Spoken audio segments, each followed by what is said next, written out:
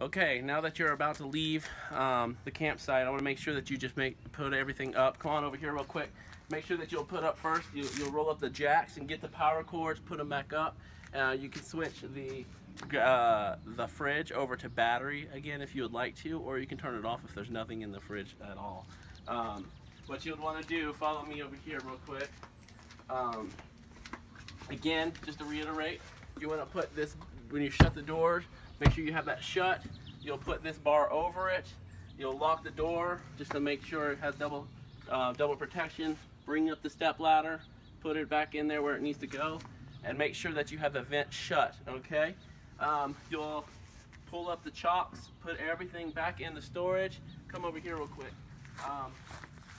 Then again, when you drop the hitch, do everything that I talked about when it comes to setting up the hitch. You have to have that pin back on it whenever you set it.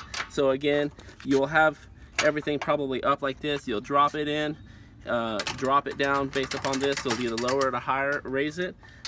Plug that in, make sure that it's in completely. That should fall in. There's this little groove right here that these little tongues will come into.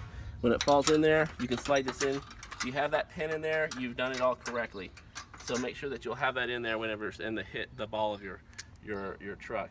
You do need to have a 2-inch ball in order for this to work. Plug in the 7-pin. Again, get these back in, hook them up. Make sure that you put the emergency brake on there, but separately from. Don't hook it onto the chain itself. Make sure you hook it onto your truck directly this way. So once you do that, put the 7-pin in, then you're good to go. Remember that camper is wide, and so you want to drive, when you're driving with it, that it's going to be wider than your truck.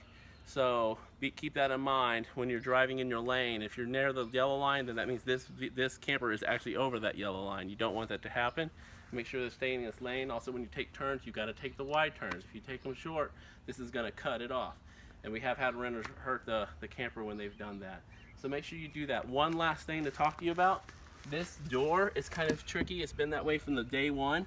So whenever you open it up and you keep it open like that, and it's got a little magnet here, it's great. But if you were to shut it and just do this, then it's not going to shut. You see how that happens?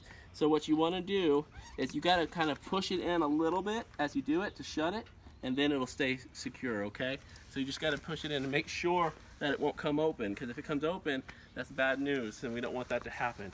Last thing, remember, make sure that you have this wooden block long ways at all times. When you come and drop it off at here, you don't have to like check out with anybody or anything like that. Just leave everything in the camper when you back it in here. Please be careful and make sure you have somebody help you so you don't get too close to the back of the house and hit the house.